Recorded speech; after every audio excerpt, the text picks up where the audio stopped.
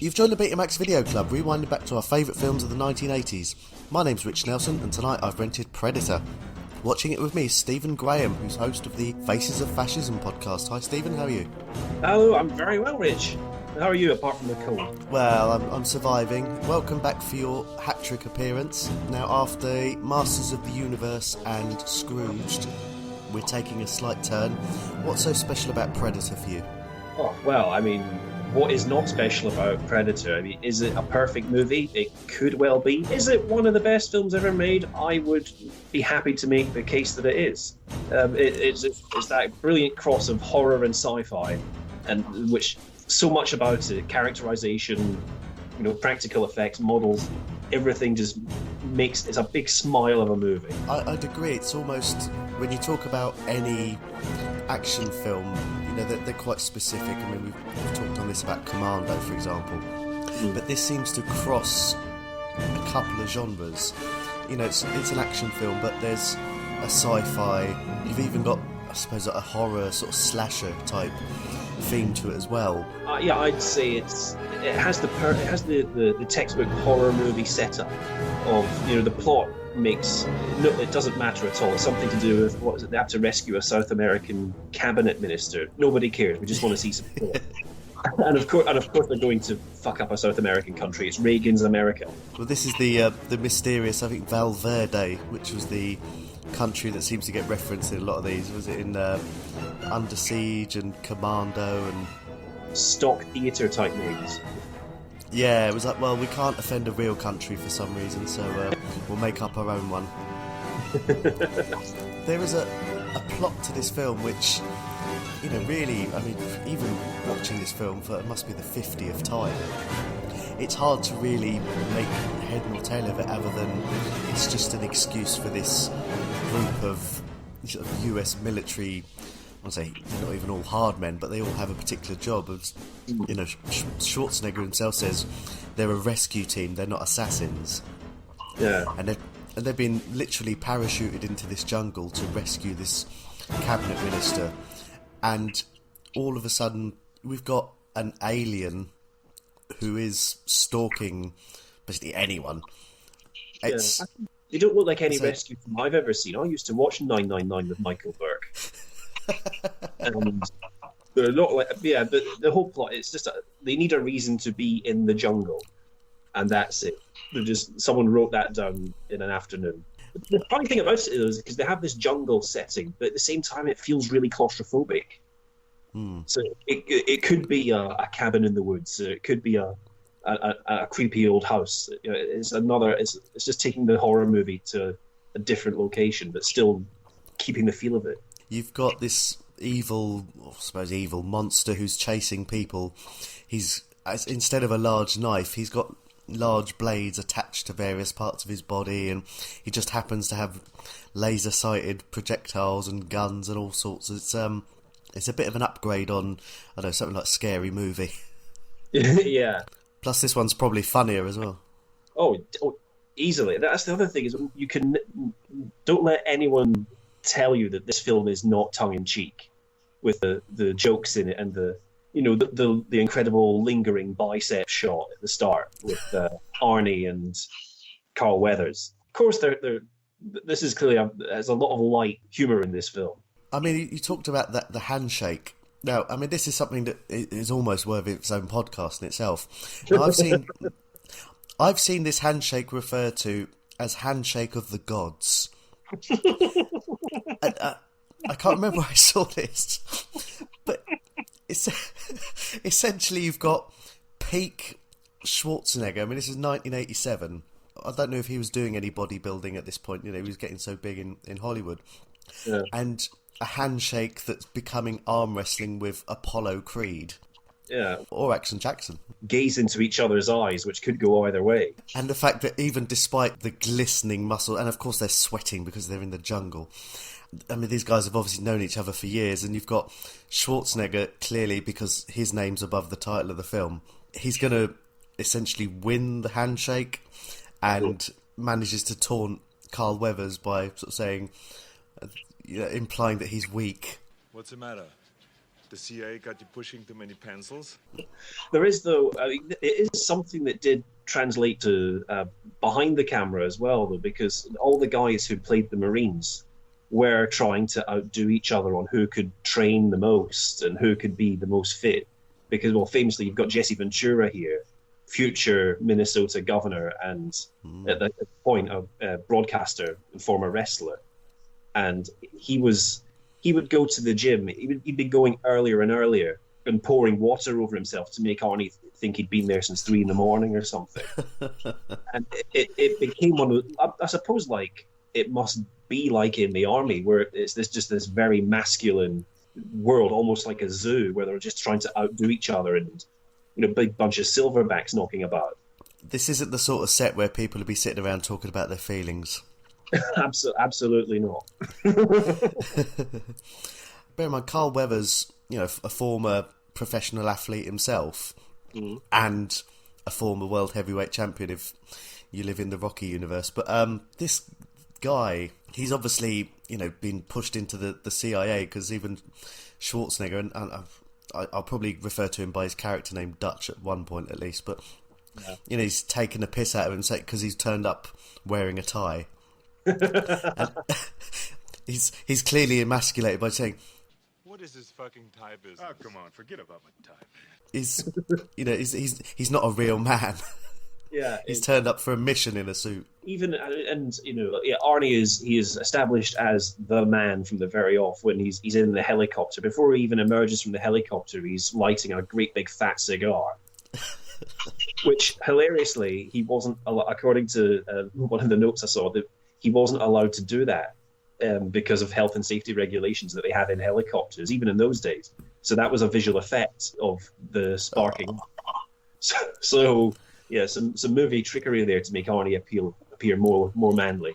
But even as he steps off the helicopter, and the I suppose it's his boss, but essentially a very little old man, just sort of pats him on the arm and says, "You're looking good." It's almost like you need that ego boost. That was something that was written in. Did you see the thing that was I don't know if any of the listeners have heard the episodes I've done before, but I live in Edinburgh, and at the moment they're filming Fast and Furious 9 in town. So a load of our streets are closed off, and people's commutes are a nightmare. But did you see the story a couple of weeks ago where apparently in the contract for Dwayne Johnson and Jason Statham and the other guy, or Vin Diesel, they have it written in, sort of, they have to get a certain number of punches in. They can't lose a fight. Yeah. It's all having to be evened out. Much like, I imagine, it probably is, again, like the world of wrestling, where, you don't want your character to be seen to be weak. Whereas it completely takes away from the film. Whereas when you look at an action film like Indiana Jones, or like this one, where, well, all these tough guys get murdered or have the shit kicked out of them. I suppose in a contract like that, it's kind of affecting your livelihood, isn't it? I mean, if you're, particularly Jason Statham or The Rock, if you're seen to be losing a fight, all of a sudden you are less bankable. Like, I remember Michael Caine in the commentary for Get Carter, he says about how he always dies in films. Americans won't die in films because that is the thinking they have. They think it makes them less bankable if they play a character who dies, whereas British actors are happy to do it. And yet, wasn't that was something that Harrison Ford wanted to die at the end of, was it Return of the Jedi? They kind of said, well, we can't kill off Han Solo. And I guess, when the makers of Star Wars were probably thinking about toys. But in a film like this, where even Jesse Ventura or someone like that, in 1987, if you're in a film like this and you're with Arnold Schwarzenegger, you are not going to survive. Yeah. I guess that's kind of made clear to you from the beginning.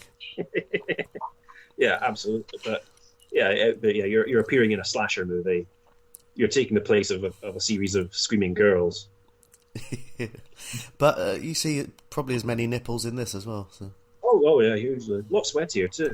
and that's before we get to the whole Jean-Claude Van Damme bit. But, yeah. Oh yeah, this is another great thing about the film. The backstage or stories of the horrible time they had making it are as fascinating as the film itself. I obviously read a lot more about the films before I do it, but even this, it's quite easy to miss the guy who played, or certainly the actor who was the Predator, I mean, he was the guy that played Bigfoot in Bigfoot and the Hendersons.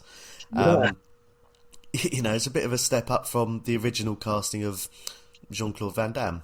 And this was Van Damme before he'd really done anything. Yeah, it's one of those. It's one of those films where they were, with technology and so on, they were inventing it as they were doing it, and they didn't really know where they were going. And you've seen the shots of Van Damme wearing the red visual effects suit that makes him look like a giant lobster.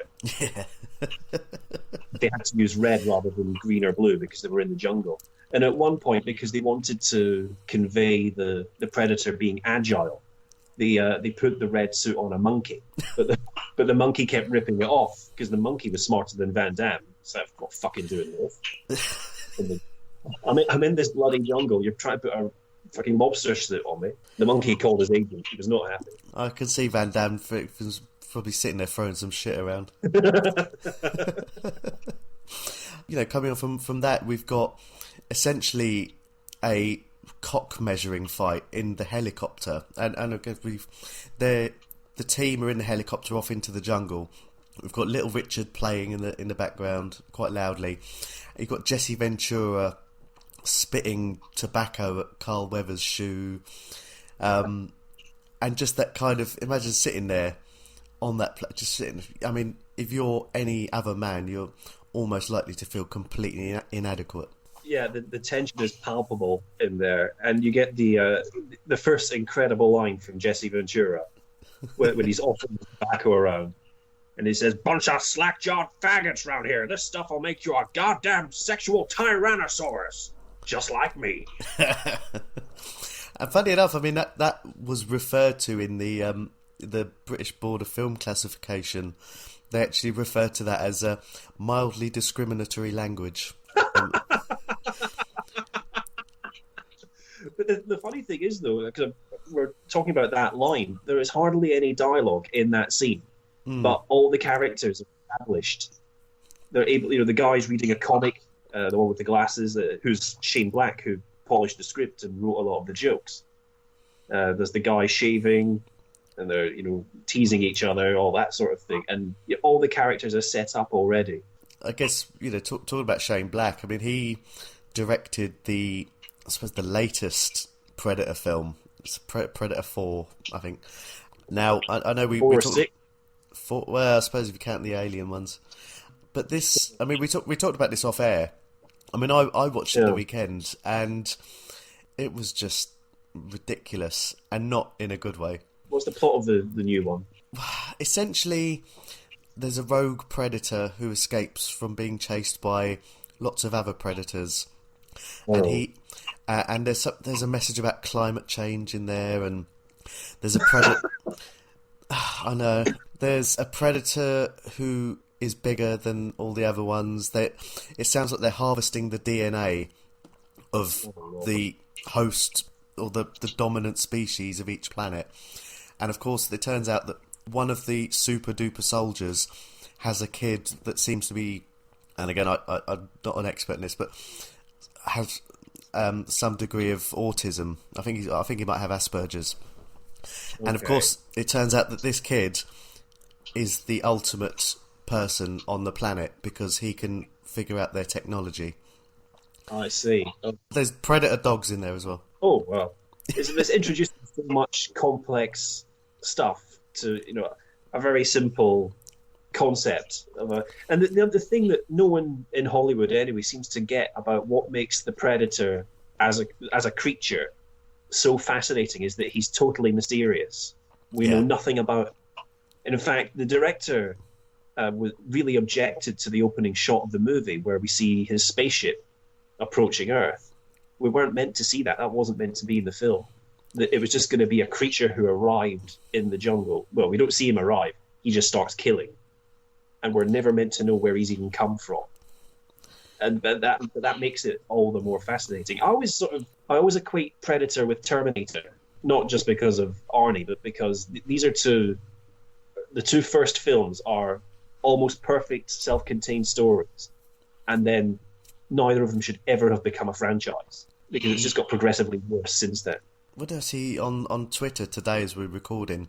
Do you remember Justin Lee Collins, that bearded person? Yeah. Bring back Justin Lee Collins, said no one. Yeah, famous friend of domestic violence. He made a comment on Twitter, it got retweeted, saying, which is better, RoboCop or Predator?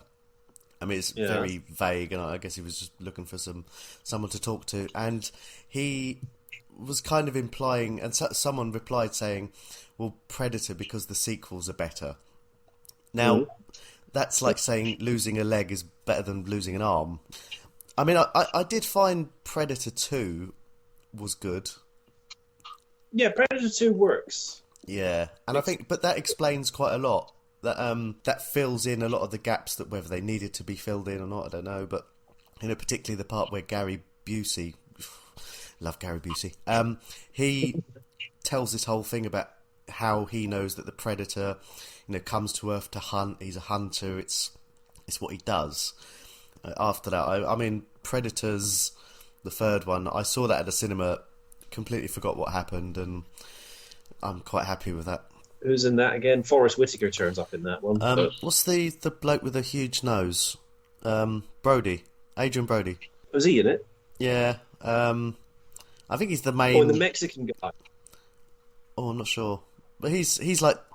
I think that the idea was that he was trying to escape being typecast as Big Nose. I was only asking him to shut up so he can hear what he's saying, Big Nose. Don't you call my husband Big Nose? Well, he has got a big nose. He was like this super hitman or something, and I can't remember now. Yeah, no, it was all... Thoroughly researched this podcast. Yeah, when it's filling in gaps, it's something you can do. The viewer ought to be able to do themselves. I mean, I always like to imagine that the Predator is not so much a professional hunter as like one of those guys who goes to Africa and shoots a lion. He's there on a package holiday, and he's come to Earth from on his week off from selling, I don't know, Predator double glazing or something as a dentist. And Predator 2 should have been a courtroom drama with the Predator's wife trying to sue the tourist company. Saying, my went off on this holiday, get murdered by a local. Someone named and shamed him on Twitter, and now look, our lives are ruined. he posted a picture of himself with Jesse Ventura's spinal column. Will you stop? Will you stop? Oh, it's just cruel.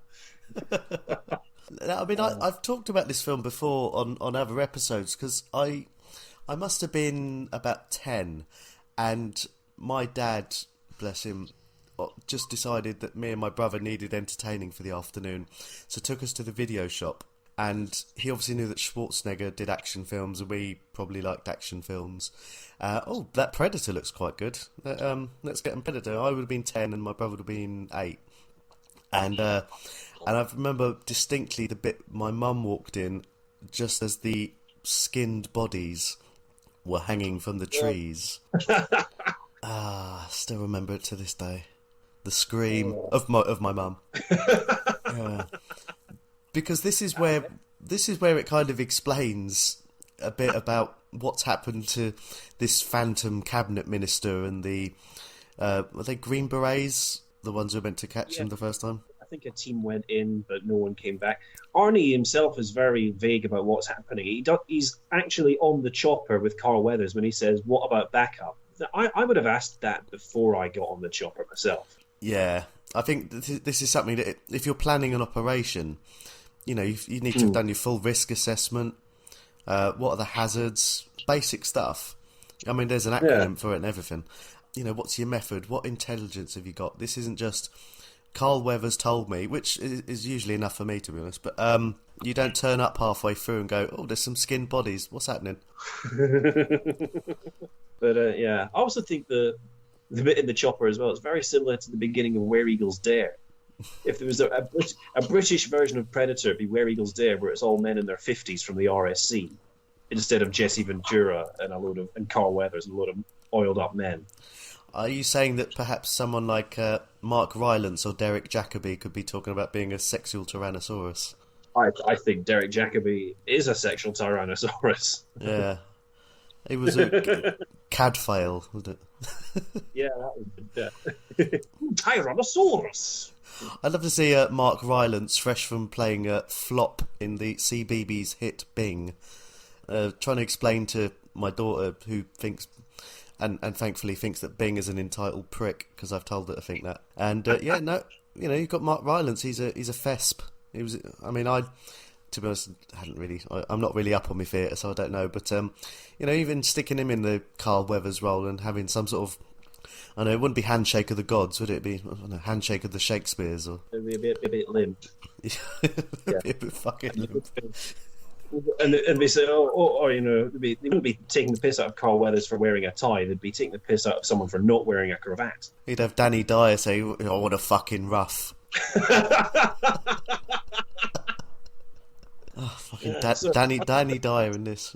Yeah, he could have done it. Where's that Predator? Where's the trotters at? You fucking toilet.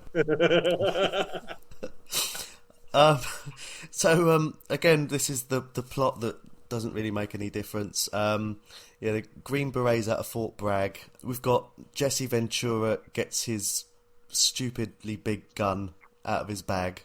Old painless. I love things like this, and in Commando as well, where that's a gun that you would normally, that would be mounted on the side of a ship. Yeah. That's not meant to be carried around. It's obscene. And the funny thing is as well, they actually, in real life, those things spit out so many bullets per second.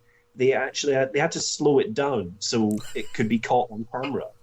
So that thing that was not firing at its full capacity, as you see later on. Yeah, it's a mighty, mighty weapon that Jesse whips out. And that was behind the scenes as well. I mean, this was a golden age of Hollywood films, and this was one of the best examples. And as you referenced Commando, there's the whole scene where they go shopping and he comes out of a rocket launcher and this, that, and the other. And Jesse Ventura, I don't know, does he have any other weapons? Does he have a sidearm, a knife, a compass, or is he just walk around carrying basically an anti-aircraft gun? He doesn't even have a Swiss Army knife. He uses that thing to open cans. It's amazing. It's amazing he eats anything. But yeah, and then we're introduced to Billy, who is their tracker, who's sort of a Native American guy, so he's a bit mystic. Yeah, and he can, and his character's established because he chops a vine with his machete and drinks from it because he knows the land. It's like having Lou Diamond Phillips with you, but this film didn't go direct to video. He's again something that, I mean, he must be a competent soldier, but he's obviously, because he's a specialist, he's a niche. He's brought along as a tracker, and of course later on he must have some sort of weird fucking voodoo thing or something. But yeah, he goes along and he's almost like the butt of the jokes about the little pussy. Yeah, the first joke doesn't land, but I thought the second one was quite funny actually. About the echo. He knows they're being watched from the very start. Because this is the first sign that we get of the thermal vision. And I guess in 1987, I mean, it must have been cutting edge. And even now, it's still in that way because it's from behind the trees, and it's still pretty menacing, despite the fact it was clearly made on a Spectrum. Yeah, the hilarious thing is, I mean, that was so successful that the very next year they stole it to be the field of vision for the Daleks. And there's that 1988 Doctor Who where before you see the Dalek, you see its field of vision and it's watching these soldiers, and then it shoots one. But it's done in exactly the same way as Predator. Was Van Damme in there as well? He could fit inside the Dalek, yeah. Now, again, I mean, I've outed myself on here as being probably the most Doctor Who Luddite, but even I know what a Dalek is, and I can imagine that would make him about 3 times more menacing, surely. Oh yeah. It's always when you can see, when you keep your monster hidden for as long as possible, it always makes it more frightening. Which works even better in this film because the monster is invisible for most of the time. Yeah. This is a part where we see Mac, who's Bill Duke, the great Bill Duke. He threatens Carl Weathers, and I can't even do the voice anywhere near as cool, but he's sort of saying, "You're ghosting us, motherfucker." This is kind of like the outsider has come in and is clearly rusty because of all his time pushing pencils. They should have made Carl Weathers wear a tie. He should have worn it all the way through. That could have been the Predator would have got him by it and sort of hanged him. Oh, God. See, that's like one of those. It's like one of those custom uniforms in a computer game. You're walking around in an army gear, but with a tie and a space helmet or something. That would do, yeah, which doesn't quite, because clothes never work quite well in video games. It'd be waving in a strange way that's out of physics with the rest of the character. Yeah, maybe some high heel shoes as well. Now we come to the sort of the main action set piece. This is where they sneak up on the random village full of, I suppose, to take a phrase that we used in one of an earlier episode, I think it might have been the License to Kill, where they kind of, this was the era where it was okay to portray sort of Latin Americans as quite incompetent. Because you've basically got a lot of people there having siestas and smoking and just looking and probably just gawking at women. Yeah, one's looking at a porn mag, isn't he? Yeah. There's always one who's looking at a porn mag. I suppose someone says "Ay caramba" or something like that. His sombrero lifts up slightly. In fact, I've written in here South American slackers. Yeah. The main sequence is brilliant though, because it shows us again. It does things with the characters. It shows us how Dutch is a maverick because he decides to improvise when he sees the truck, and Jesse spits his tobacco before he opens up with the minigun. But that's again when they see Dutch lifting this truck up and they go, "What the fuck?" Because they don't know what he's going to do. Because you can't plan for that, can you? I suppose. No, and again, I don't think they let you do that in the army. I suppose you've got to make use of what's around you, and maybe this is why they're this sort of elite team, is they'll happily make the most of the resources. But if you're relying on a truck that's there with the engine running and no wheels, just to let it off the bricks, it would do quite well in Liverpool. Fuck it, I might have to cut that bit out. The attack and the whole settlement just sort of explodes out of fear. Burning bodies running around. There's a man firing his gun while he's on fire. And people don't just get shot, they get shot and they go through walls or they explode. This is a peak 80s action and everything is amazing. Well, because everyone is in a hut of some kind which explodes beautifully. Yeah, and that wonderful way as well with it made of dry grass, so it all flies out in that manner. Yeah, you don't need fire because it just balloons like a dandelion or something like that. Luckily, the hostages are dead because there's no way they would have survived this. Yeah, not much of a rescue team. Not particularly, no.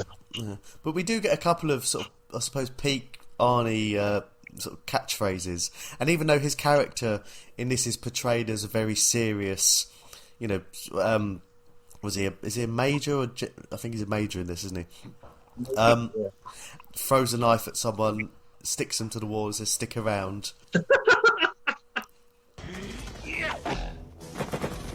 Stick around. And again, sort of kicking a door in and shooting someone, goes knock knock. You know what I mean? Knock knock. It's not professional. It's really not. Does he think of these before he goes in as well? And then of course we got the classic where Jesse's hit and he says, "You're bleeding." He says, "I ain't got time to bleed." And it's not so much that line. It's when the other guy who says it to him, he reacts to it. There's a beat, and then he goes, "Oh, okay," that's the laugh line. Because again, you've got this guy who's, these people. I assume they're part of a team. They must know each other, and you kind of hear something like that, and you think, okay. What do you say to that? Someone says that to you. It's like sort of saying, "Oh, my dog died at the weekend." Oh, great. There's really no coming back. But I guess again another iconic line. Jesse Ventura's autobiography is called "I Ain't Got Time to Bleed." Making a living out of it. Oh yeah. You're hit. You're bleeding, man. I ain't got time to bleed. Oh. Okay. I've written down the names of most of the characters, but all the way through my notes, I just refer to Jesse as Jesse. Yeah. But he's wearing an MTV T-shirt, and that's a nice tie-in for WWF because, well, a few years earlier, before the first WrestleMania, that was where they got shown at first on it when MTV just started. And they had when Cyndi Lauper was involved and Andy Warhol as well, wasn't there? Yeah, he was there, and they had wrestlers appearing in music videos and stuff like that. And so a little bit of cross promotion there. It's funny as well. I did the Running Man episode, one of the early ones I did, and he was in that as I suppose it was close to being a almost retired wrestler because he was wrestler turned, which was what he was. Yeah. Yeah, because he was the hunter who was kind of brought out of retirement to fight at the end, and they ended up CGIing it, and it was. Yeah, it's brilliant, and how he's in that film he's a sort of traditionalist. It's a sport, and you've turned it into a cartoon. In many ways, he's like a lot of those old school wrestlers from the territories who disapproved of Vince McMahon, and of course all went under. Of course, he turned into the Mr. Motivator as Captain Freedom's workout. Yeah, with his amazing wig. Feed it a saucer of milk. Yeah, and that was the same year as Predator. So yeah, Jesse Ventura had a good 87 doing his films. He did claim, I mean, whenever someone who was involved in wrestling claims anything, always take it with a sachet of salt. But he claimed that Arnie wanted him to move out to Hollywood and become a star, but Jesse didn't want to leave Minnesota. So he stayed there. So he never went and became a big film star. He was happy just doing what he was doing. But as I say, you can never believe 100% what these people, these bloody carnies, say. Did you see Arnie is in the Andre the Giant HBO documentary? Yeah, I've seen that, yeah. Yeah, I thought that was quite amazing that he was in that. But again, just a lot of the stories were told. I'm thinking, I'm not sure I entirely believe these, but it was nice to hear that Arnie was friends with Andre and a lot of those guys. I suppose, again, you stick to what you know, and if you're Arnold Schwarzenegger, it must be a novelty to hang out with someone that much bigger than you. Yeah, entirely. There was this one time where I took him out for dinner, and of course I grabbed the bill immediately. He looks over at me like this is, I pay. I said, no, Andre, I invited, I pay. You're the boss in your ring, I'm the boss right now here. And he says, you're right. And he gets up and he grabs me out of the chair like this, and he holds me up, and then he puts me up on a piece of furniture on an armoire, and he just set me up there like a little doll. Now, one thing we did skip over was we are introduced to the token woman. Oh, yeah. Does she have a name? I think it was Anna. Or am I just... Have I just watched too much Frozen? But yeah, she gets sort of gun-butted in the face. Obviously, she only speaks Spanish, and luckily the team have a Spanish speaker named Poncho. Again, that's his function. They couldn't have got a guy who spoke Spanish and was a tracker. You can only do one thing in this unit. I mean, he must have been good at something, but yeah. Otherwise, he's just a glorified translator they take along. Yeah. They should have given that responsibility as well as having him carry the gun. And this is where it turns out that this is all an inside job from the CIA. And again, this is the remnants of a plot that have been blown up with one of these straw huts. And there's really no need for it.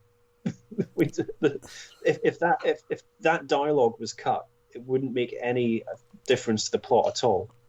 I mean, this is quite a lean film. I mean, it doesn't go on too long, but I mean, even a cut of this taking that out would probably only shave 5-10 minutes out. Yeah, we got the girl. She tries to make her escape at first, of course.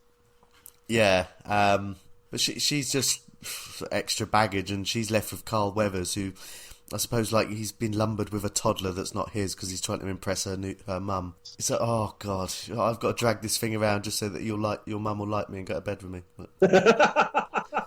Well, if you're gonna date single mums, that's it. That's the peril. He has the scorpion on his back, and Bill Duke gets it off with a knife, and that's where they get the whole sort of ghostly anytime. Yeah, that is brilliant. And the again holding it in its claw. and we see it die, and you sort of wonder, does the scorpion die because the predator has touched it, or the way it turns black in its hand? Yeah. It's, the creature appear more. Is he supernatural or what? I suppose it's had a knife shoved in its back by Bill Duke, so... Yeah, that'll do. I don't know, we kind of mentioned we're kind of stuck with the limitations of technology and the time, but you kind of see that the alien or the predator, its hand is a human hand with a glove with claws on it. Yeah, and the fingers sort of bend back in a rubbery way as it picks up the scorpion. But it still looks good, I think the fact that they've done that bit in the thermal vision kind of makes it look good. Yeah, definitely helps, yeah. The group or the team have to find their way back to the chopper, which we'll get a few references to. It's Billy sees the creature in the trees. Yeah. So Anna, I've actually written that Anna, she hits Poncho and gets chased by Hawkins as Shane Black. And this is where we see the creature for the first time in the sort of weird distorted camouflage thing. Yeah, he's using the technology as the invisible car out of Die Another Day. I wrote that down. It's the reflection, yeah. Except you don't have Pierce Brosnan driving it. Yeah. That's it, yeah. But it's not a gory kill. It's in fact none of the apart from Carl Weathers, who we'll come to later, and Mac as well. The kills, there's either sort of you just miss them or the camera looks away. It's not as gory as, apart from the blood-skinned corpses that you've seen earlier. It's not as horrific as a lot of horror films can be. No, because I guess, and again, part of the horror of it is your imagination is allowed to think about it. He gets taken, there's a splat of blood, and then it's the bit where they find bits of him, and they find what they think are remains, and then he says, well, is that him? And I can't tell. So you're supposed to be bloody mates. Come on. I don't know. Well, he's not telling pussy jokes, so yeah, he's gone very quiet. Yeah, I don't know if that's his comic book. It's all covered in blood now. His copy of Viz. Well, if he was reading Viz, he'd have better pussy jokes if he was reading Viz. Because they managed, because obviously, luckily, Poncho is still there to translate, and the girl says that the jungle came alive, and then this is the bit where Jesse dies. Yeah, God, he gets one last good quote where he refers to his great big gun, which he names Old Painless, and he goes Old Painless, white, and then bang, then he goes and takes his quotes with him. His MTV T-shirt gets ruined. Yeah, it's a huge hole that they blew in him. It's quite impressive. And then Mac isn't happy about this because we've already established that Jesse and Mac are best buds. They've got the rapport going on, and so he's not happy. So he's going to destroy the rainforest. Is this the bit they had to slow down? Yeah, and well, it's the bit also it took 2 weeks to set up all the explosives because of when they're just firing for ages at that this stretch of trees. I suppose that's a good deforestation thing. They're probably what they're doing in the Amazon as we speak. I think that's what Trump recommended. After we nuke the hurricane. Yeah, get a predator in there and we'll just cut all the trees down. It'll be a lot easier. With a predator in the White House. Oh, Sansa.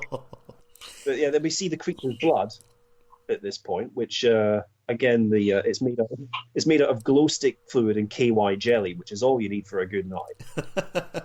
in the 90s. Yeah. She rubs it on her leg. Yeah, she's not on her naked leg, onto her trouser leg. That'd be a bit weird. It gets a bit.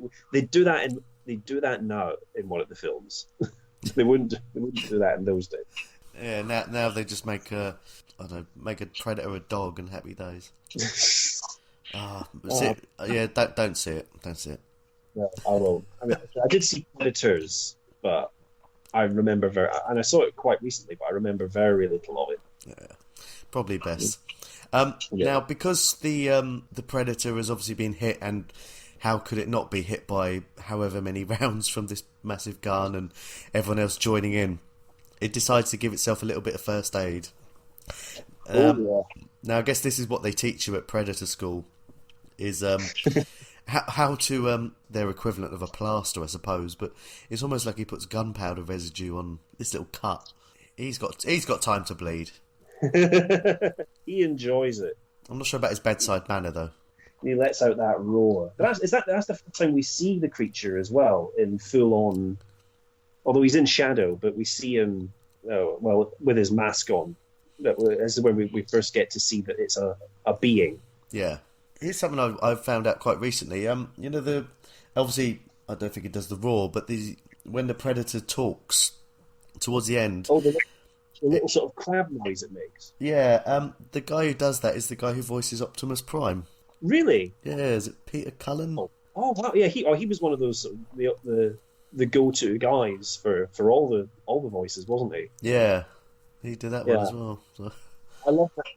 That's another thing of the many, many things I love about the creature, that strange purring noise. And the theme tune kind of has a motif going through it that sounds a bit like it as well. Yeah. And I know quite a few people who listen to this like to sort of talk about the soundtracks and stuff. And bear in mind how closely this was linked to Back to the Future, because it was by the same person. Really? It was Alan Silvestri who did Back to the Future as well. And it was only after I kind of put the two and two together. And if you listen throughout, there are very similar themes and motifs. Oh, I have to listen out for that. Yeah, I don't know. There's no incest, but I don't know. Mac and Jesse were very close. yeah, get freaky with that hole. Mac there's that lovely tender scene after Jesse dies, where Mac sits looking at the moon, and he's reminiscing with dead Jesse about all the little yellow people they murdered together and all the villages they burned up. It's very sweet. Is that like the sort of when Vikings used to brag about raping and pillaging? It's on that level, yeah. Yeah, and I mean, I suppose again the sort of professionalism of Mac going around with a hip flask.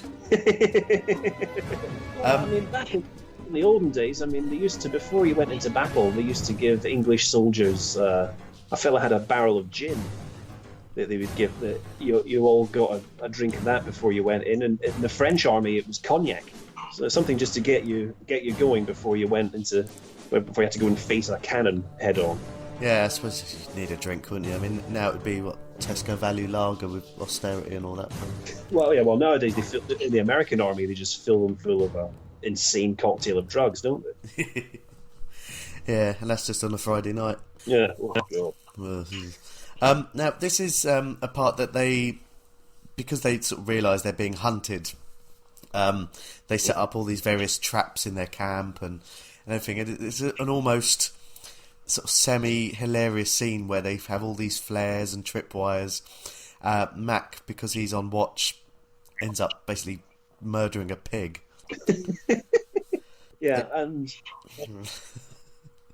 I've just written David Cameron next to it. Well, funnily enough, and then the pig was a ruse, because while that all happens, the predator makes off with Jesse's body. And I mean, he's a big boy. Yeah, so something unspeakable is going to happen to something dead, much like David Cameron. Oh, that meant to come out as.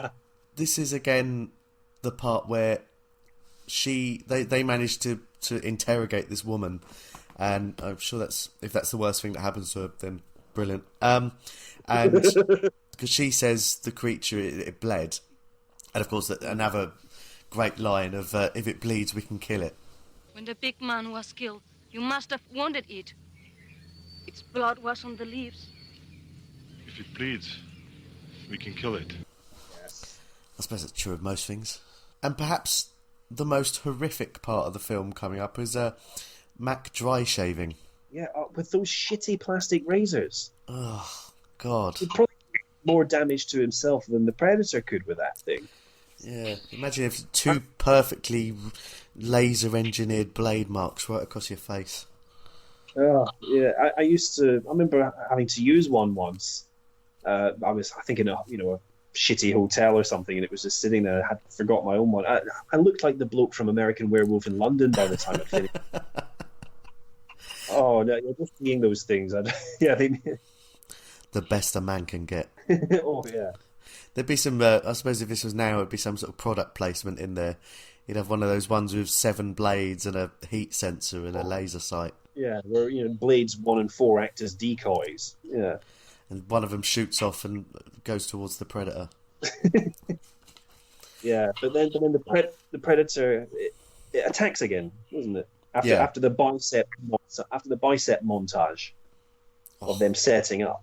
Oh yeah, I mean you're only missing Sylvester Stallone coming out at the end shouting "Drago" at the top of a mountain. Or running up the stairs. They should have had one of the Predator, because the Predator gets a montage as well later on. Yeah, and running up the stairs. But this is where Anna starts telling. Obviously, she knows all this stuff because South American people do nothing but tell each other old wives' tales. She tells a story about the Predator and how it takes trophies of men, and it kind of shits on the whole legacy of, was it Alien versus Predator, where they talk about how they come to Earth and fuck knows. Yeah, it's revealed that the aliens are a genetically engineered race that the Predators invented as part of some kind of initiation rite, where you have to hunt one to qualify and get your Predator certificate. But it has to be bred from some sort of, was it an Inca virgin or something like that? I've no idea. Oh. Yeah, but that doesn't explain why there's an Inca ziggurat in Antarctica. Yeah, I was very drunk when I saw that film, so I did enjoy it to an extent. But yeah, again at the same time, I couldn't forgive what it did to the Predators. No, and I mean, bear in mind all of that and the whole, because I mean, it was originally a comic book and a computer game, and it was all because at the end of Predator 2 they had an alien head as a trophy. Yeah, it's funny how that caught on as a crossover, because I remember there was another video game crossover around the same time, which was RoboCop versus the Terminator. Yeah, I remember that. And I'm amazed that no one has done that. No one has attempted to do that. I mean, that is only down to rights issues. It must be. I mean, look at some of the shit they've put out recently. I mean, you can't be that protective. Well, yeah. I suppose he's put his name to the latest one, hasn't he? Yeah, I mean, this is now. I remember reading somewhere every single Terminator film has been made by a different production company. Yeah. So it's really much of a rights thing, or much of a.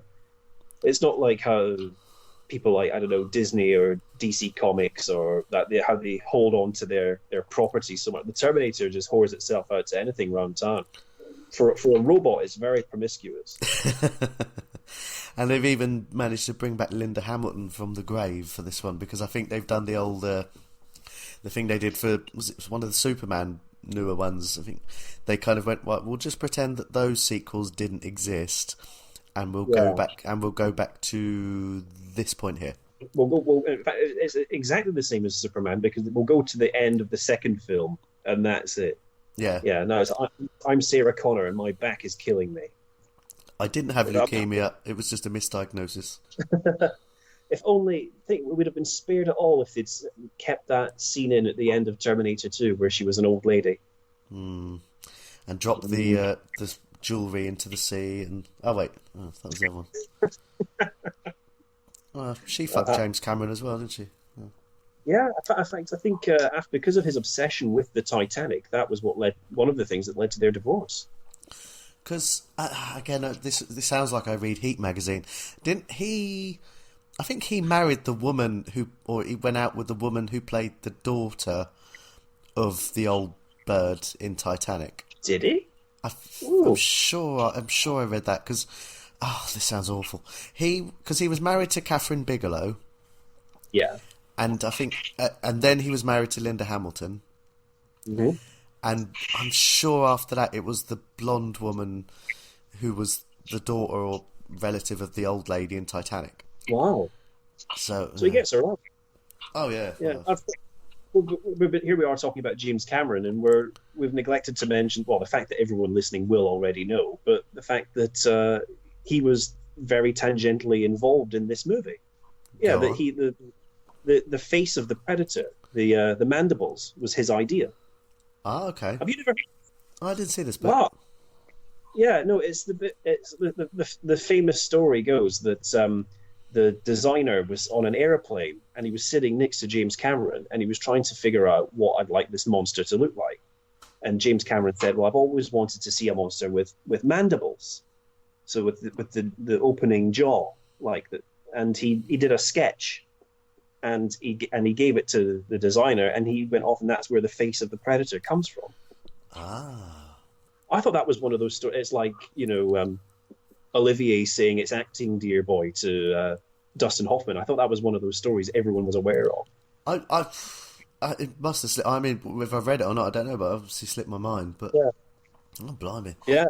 For James Cameron, again, two of the best monsters in movies. He was involved in both of them.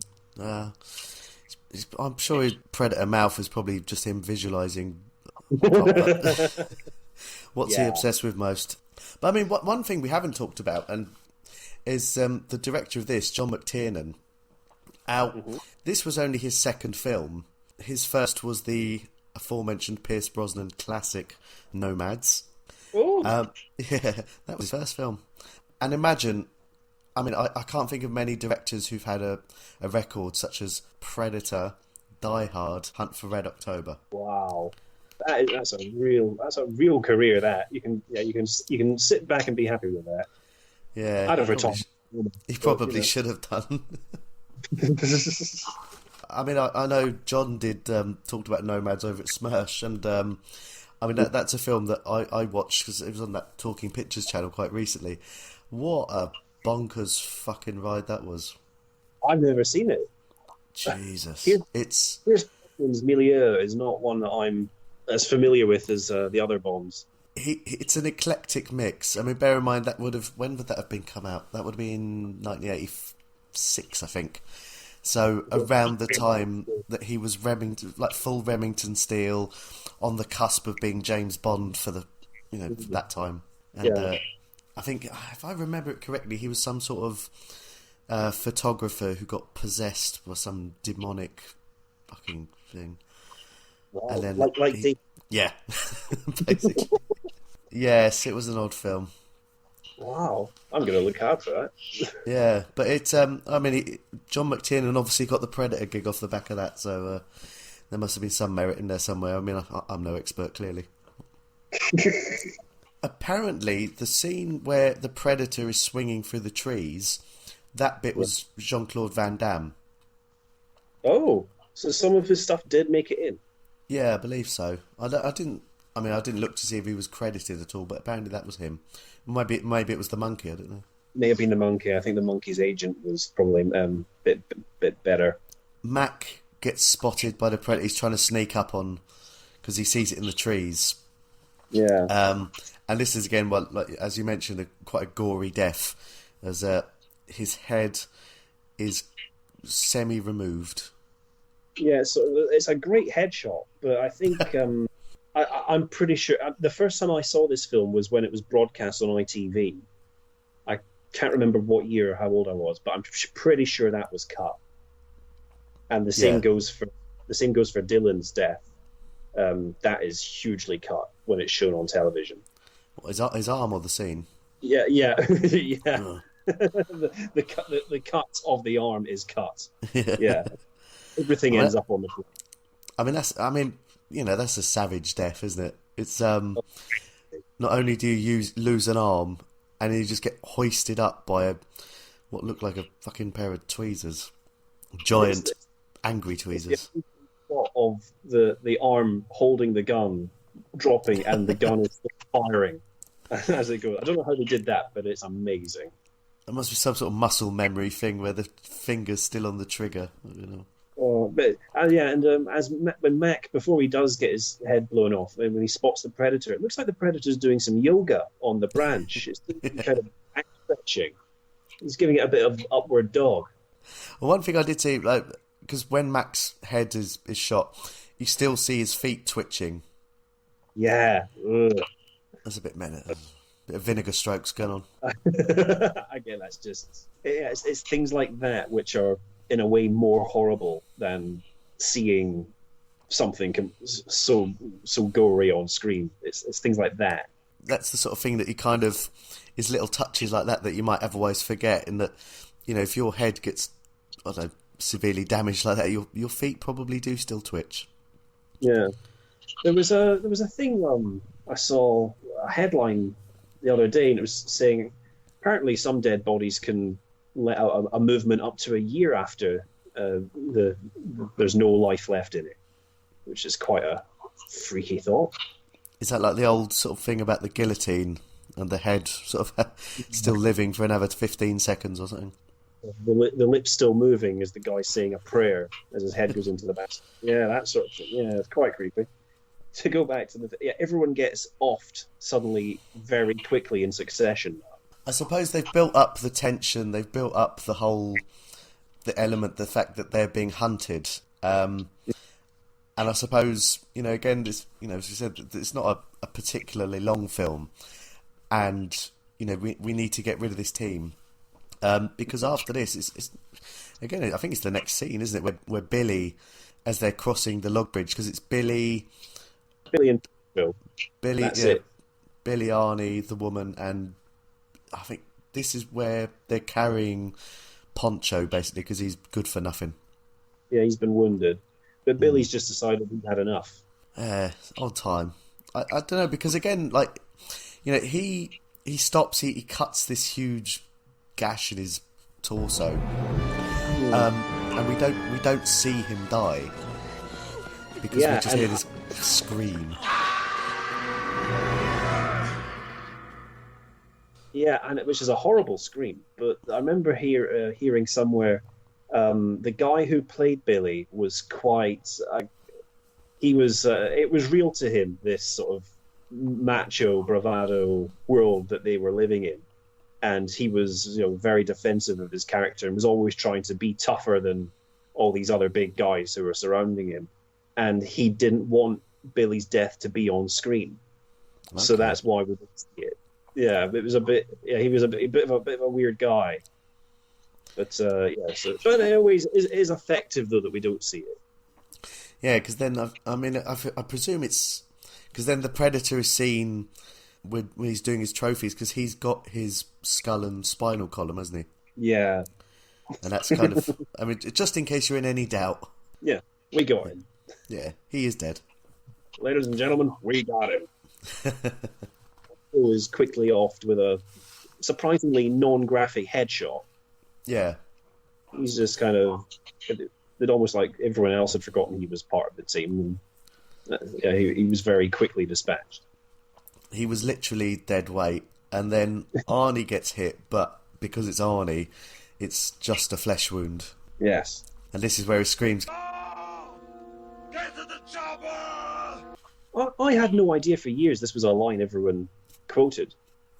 I don't know how I missed it, but yeah, I had no idea that this was the big line from the movie everyone shouts, or even people, they don't even know it's from the movie, they just know it's an Arnie line. But yeah, it is a good, even though he says it earlier, but he doesn't shout it. Now it's 1-on-1, warrior against warrior. Yeah, he slides off down into the water and manages to squirm his way to safety in the mud. And that fall, the stuntman was legit injured. Yeah. Taking that fall. And when you read the stories of the making of this film, most of them are about how filthy and leech-ridden this river was, and how horrible Arnie's experience was of that, and of being caked in mud, and just how the cast and crew all had the squits, and just generally a very nasty time doing this film. But it was worth it. Well, for us, yeah. Yeah.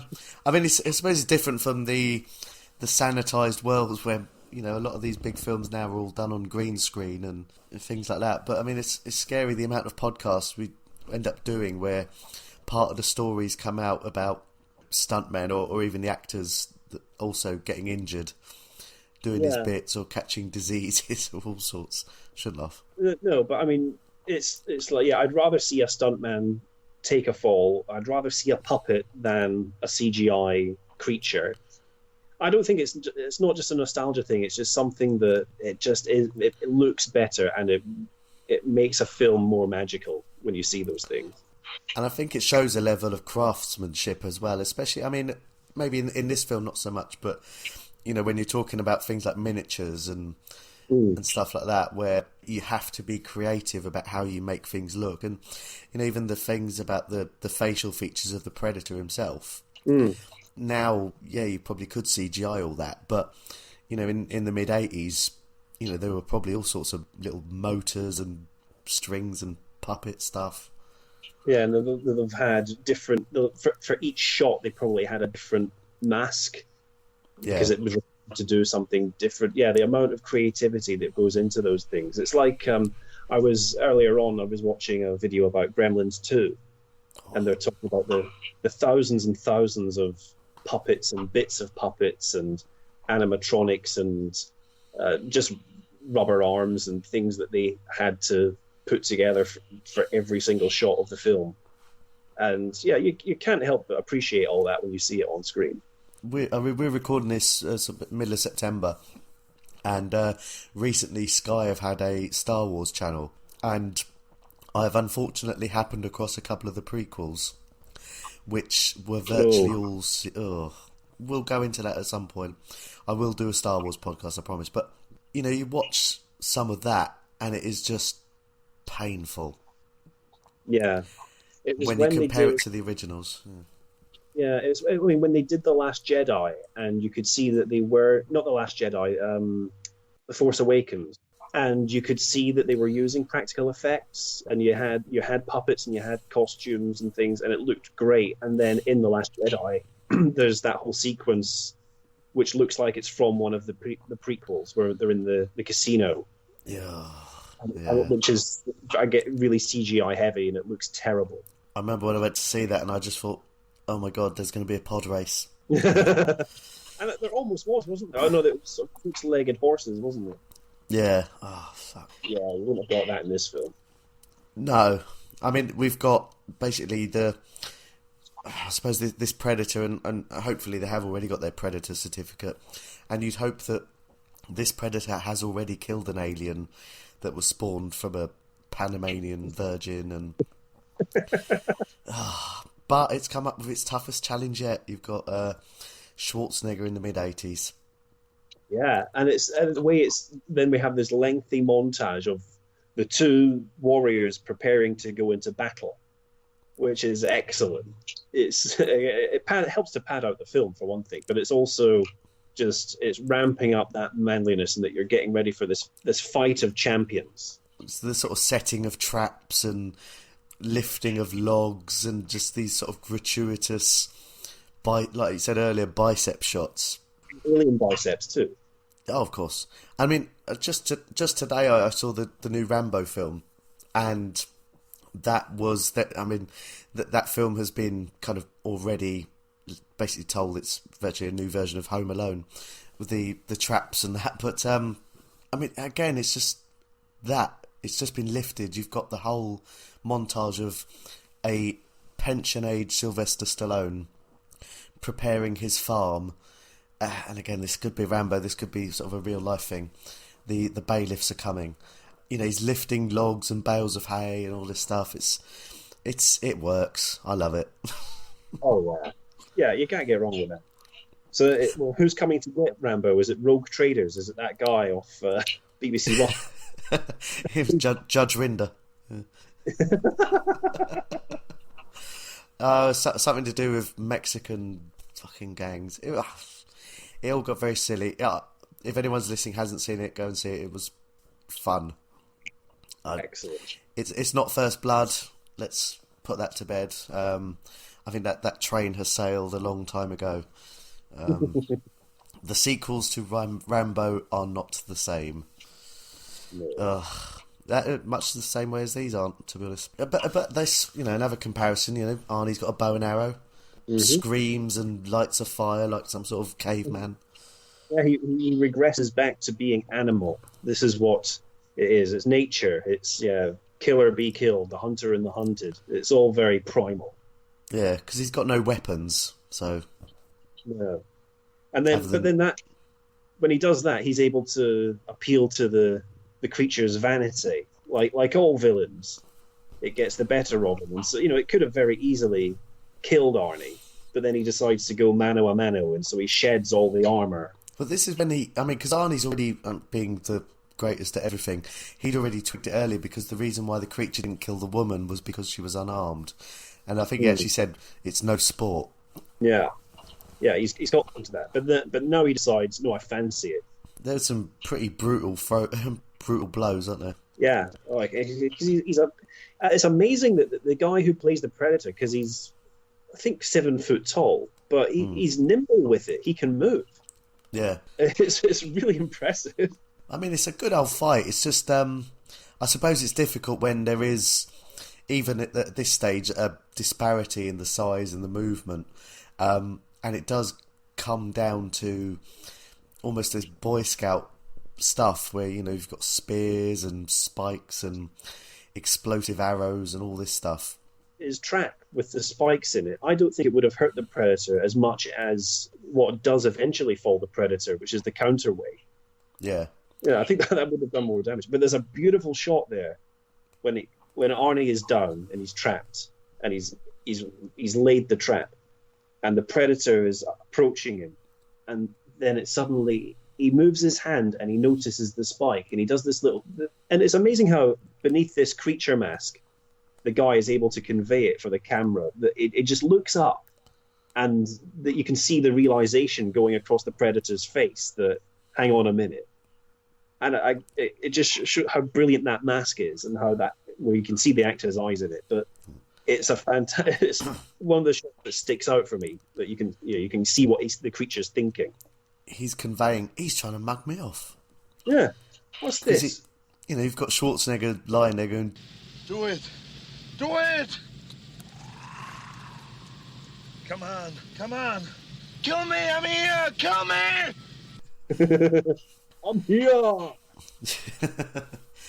But again, that's appealing to his sort of vanity. He's like, come on, I'm lying here, but this is a clever creature, and as you say, but he doesn't survive a combination of the big log, and even then, Schwarzenegger picks up this rock to finish him off, and kind of thinks like, yeah, what's the humane thing? What's the sport thing? Yeah, he has that. When the log comes crashing down as well, the creature looks up. It's very Warner Brothers. The log have Acme written under it. It holds up a sign saying, "Oh no."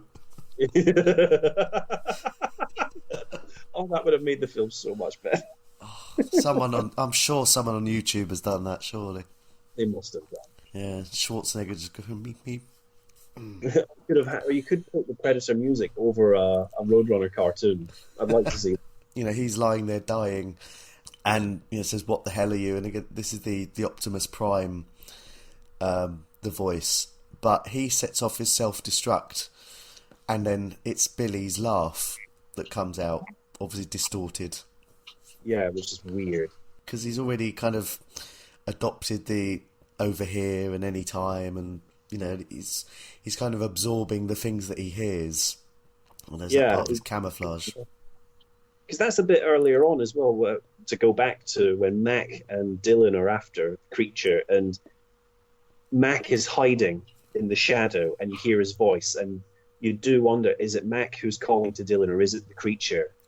And it gives you a nice little second guess moment.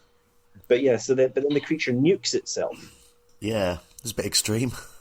Yeah, but Arnie's he's fine. He's too tough for that. He can brush that off.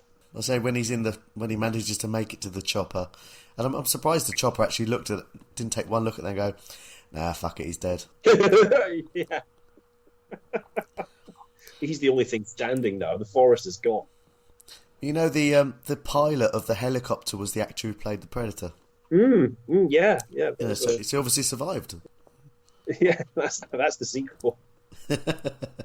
How could fly a helicopter if you're 7 foot tall? That can't be right. I don't know, these army ones quite large? Or... Again, though, there's no... Again, with the... Like at the beginning, there's no dialogue at the end. You've got the girl doing a solitary tear, though, which is quite nice. And Arnie looking there just like, fuck it hell. There are so many... It must... I don't know if it was Shane Black, but there's so many bits in the script which are callbacks to things that you get earlier, with all the characters having their setups and payoffs. You know, you've got the chopper at the beginning and the end. And there's also the brilliant bit when Arnie first attacks the Predator in the final battle, where the Predator's firing in all directions, because there's the bit at the start where they're trying to track the Green Berets, and Billy says they were firing in all directions. And it's that way of, you know, turning the tables on the creature sort of thing. And again, it's just one of those nice, satisfying little bits. You know, coming to the bit where he says, you know, you're one ugly motherfucker. And that's the only bad thing about that is it's almost like that is part of the signature phrase of the movies, because then Danny Glover calls in that in Predator 2, and in the latest fucking thing, one of the predators gets captured and is being experimented on. I don't know if there's a probe involved, and one of the doctors looks at him and calls him a beautiful motherfucker. Oh, also that's shaming. I think you'll find you can be cancelled for saying such things now. It's not very woke, is it? No, it is not. I mean, you're disrespecting his culture. He's got dreadlocks. I mean, they mentioned that in the new one as well. They're not dreadlocks, they're sensory perceptors. Oh, right, okay. Yeah, so that's probably the millennial way of saying it. Something about avocados in there as well. Next time I see a white kid at the university with dreadlocks, I'll say they're sensory perceptors then, okay. Yeah, and then you can slap him around the head. Now, at the end of the film, and I have to mention this, it's the most off-kilter credits possibly of all time.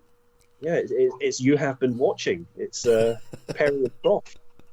It's Are You Being Served? It's Dad's Army.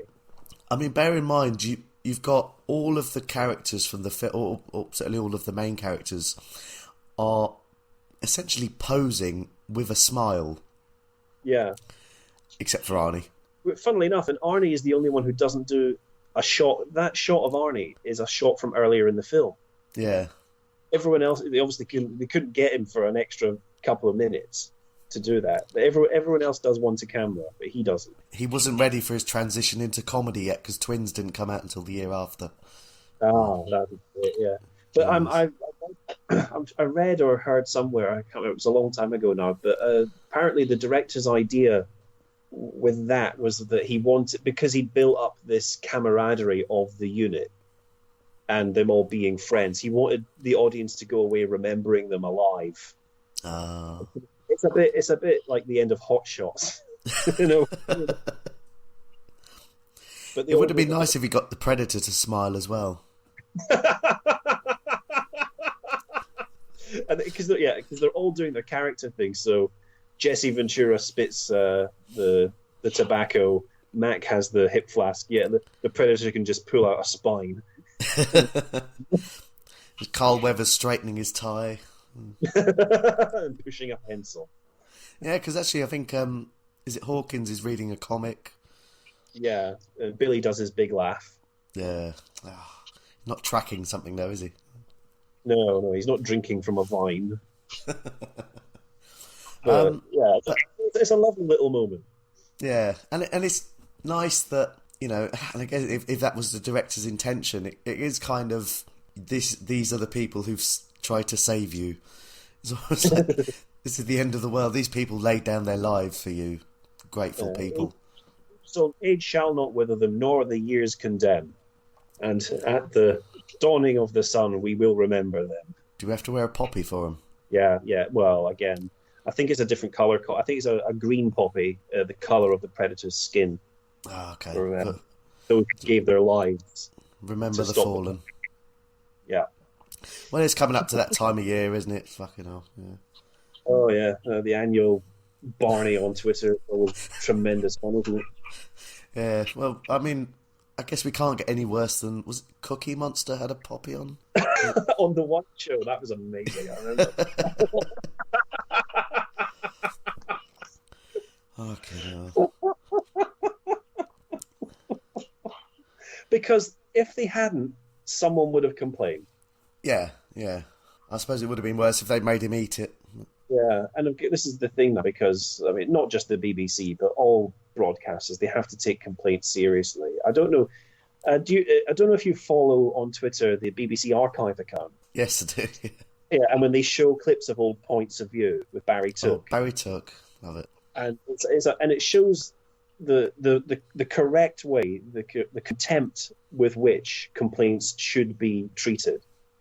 Because back in those days, yeah, it was written in a sort of duty log at the BBC, and then on Monday morning everyone would come in and have a laugh at it. But now you have to take it extremely seriously. Yeah, the complaints procedure was a lot better in those days. Maybe that's what Dylan was doing. He's got pushing all those pencils, dealing with complaints. Yeah. An army team into my jurisdiction to sort something out. One was a drunk. One was carrying an obscene gun from the side of a tank.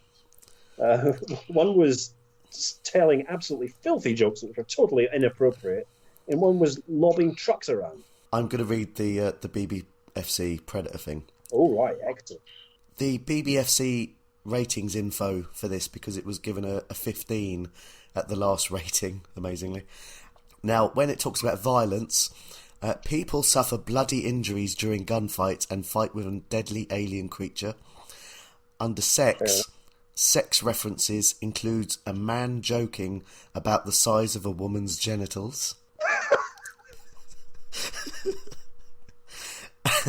And under language, there is strong language including fuck and motherfucker, as well as discriminatory language such as faggot. These people get paid to sit and watch films and keep a straight face while writing this shit. Oh, I know, it's amazing, isn't it? I'm amazed it's a 15 though. I think it was an 18 when it first came out. Yeah, I was sure it was. It's been re-rated. Yeah, I think they do it every so often when... yeah, here we go, because it was rated down to a 15 in 2013. Wow. All the original cuts were 18. Yeah, because I remember if you said fuck, that you were an instant 15 back in the day. Yeah, if there was any violence, it was 18. Because I'm sure the Terminator's a 15 now. It is now, yeah, but that was rated down. Yeah, I don't know about RoboCop. Must still be an 18, surely. You'd hope so for that bit where he loses his hand.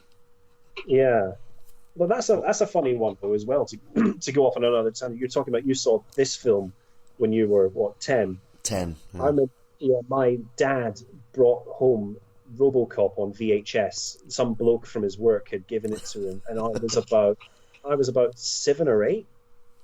And in fact, on my birthday, one of my mates came to my house and we watched it. But the funny thing about it was, I remember on another video they had among the trailers they had this making of vignette which showed you how RoboCop goes and shoots up the drug factory. So at a very young age, I saw how squibs and blood bags worked and everything, and so the violence of RoboCop didn't terrify me as much as it probably would have done. So that was an interest of seeing how it was done. So essentially what you're saying is if people want to go and watch The Human Centipede, then they should have a making of video first. Watch the making of Human Centipede. Oh, it wasn't real. Oh. Thank God for that. He didn't actually... Oh, Lord. The next time they have next time at a primary school and they wheel in the video with the TV, it's not going to be a Human Centipede instead. Ugh. Grim. It's one of those. I've never seen anything of those, and I don't ever want to. It's just the thought of it makes me. Oh no. On that bombshell, moving from the Human Centipede. Now, since we last spoke for a pod that was Scrooge, you've started your own podcast. Now, do you want to tell us a bit about that? Yeah, well, indulging my love for all things 20th century dictators. Since March, in fact, March 2019 was the 100th anniversary of the founding of fascism. So to mark that, I have been trying to explore what exactly is fascism, and I've been looking at the lives of Mussolini, Hitler, and Franco, and I'll be looking at some other people too. And I'm just basically sitting around telling stories about history and trying to find some funny things amongst all the horror and the appalling stuff. But yeah, it's the second series will have started by now. We're on to the First World War, so there's some funny stories there. Mussolini's bigamy, for example. There's some carry-on type stuff going on there. So it's, if you like Nazis, and given by what they put out on television, who doesn't? Give it a listen. Yeah, ratings classics. Oh, yeah. Yeah. So, Faces of Fascism.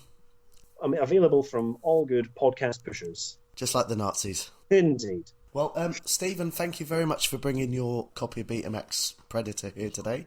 Now, just like your first visit, as we reminisced for, this film came out in the UK on the 1st of January 1988, where the number one song was Always on My Mind by Pet Shop Boys. So, 2 for 2. Now, I wonder if that should have been playing over the credits at the end of Predator. Anyway. Imagine if Fairy Tale from New York had actually got to number one. We could have had that over it. That would have been beautiful. Yeah, well, as the helicopter. That would have been the mildly discriminatory language. Yeah. Anyway, Stephen, thank you very much. Thank you very much indeed. I'll speak to you soon. Okay, bye.